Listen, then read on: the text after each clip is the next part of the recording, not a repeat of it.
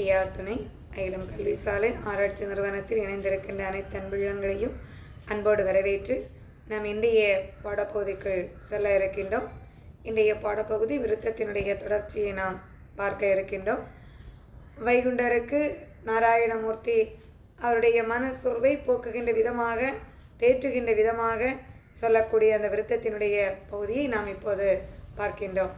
விருத்தம்: மண்ணில் உள்ளோர் தாமறிய மனுவோர் ஜீவ ஜந்தறிய கண்ணில் இவர்கள் கண்காண கலியில் காட்சி மிக நடத்தி புண்ணில் கருது பட்டார்வோர்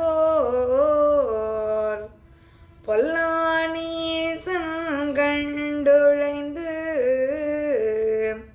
எண்ணி அறியா நீசரெல்லாம் ஏங்கி மாழ வைப்பேனே.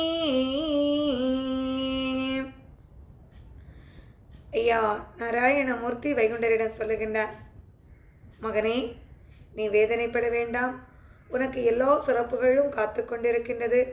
இந்த மண்ணில் உள்ளவர்கள் தாம் அறியும்படியாக, மனுவோர் ஜீவ ஜந்தறியும்படியாக, இறைவனால் படைக்கப்பட்ட 84 லட்ச பேதாபேத உயிரினங்களும் அறியும்படியாக அத்தனை சிறப்புகளையும் நீ அங்கே அடைவாய்.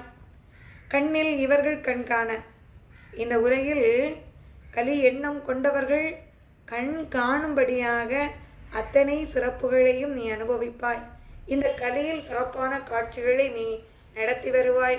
மகனே, அத்தனை சிறப்புகளும் உனக்கு காத்து கொண்டு இருக்கின்றது. அவ்வாறு நீ அந்த சிறப்புகளை, இந்த கலியில் ஒவ்வொரு காட்சிகளை நீ நடத்தி வருகின்ற போது இந்த புண்ணில் கதிர்பட்டார் போல், அதாவது ஒரு காயம் இருக்கின்ற இடத்தில் நெற்பயிரினுடைய அந்த தாழ் ஆகிய இலை படுகின்ற போது எவ்வளவு வேதனைகளை உருவாக்குமோ, அதுபோல நீ வாழுகின்ற அந்த வாழ்க்கையினுடைய சிறப்பை பார்க்கின்ற போது அந்த நீசர்கள் எல்லாம், பொல்லாத நீசர்கள் அந்த காட்சியை கண்டு மனம் உழைந்து வேதனைப்படுவார்கள். ஐயோ, நம்மால் இதை எதுவும் செய்ய முடியவில்லையே, நாம் இவ்வளவு துன்பங்கள் கொடுத்த பிற்பாடும் சிறப்பாக வாழுகின்றானே என்று அவர்கள் அங்கே ஏங்கி வாழுகின்ற, தன்னைத்தானே அழிந்து கொள்ளுகின்ற விதமாக பல சிறப்புகள் உனக்கு காத்து கொண்டிருக்கின்றது மகனே. ஆகவே அவர்கள் தன்னம் தன்னாலே அவர்கள் அழிந்து போவார்கள்.